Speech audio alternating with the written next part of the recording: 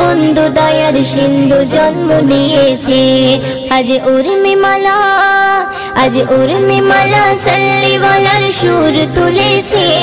আজ উর্মিমালা সাল্লিওয়ালার সুর তুলেছে। খোদার নিয়ামত নবী মুহাম্মদ ধরায় এসেছে।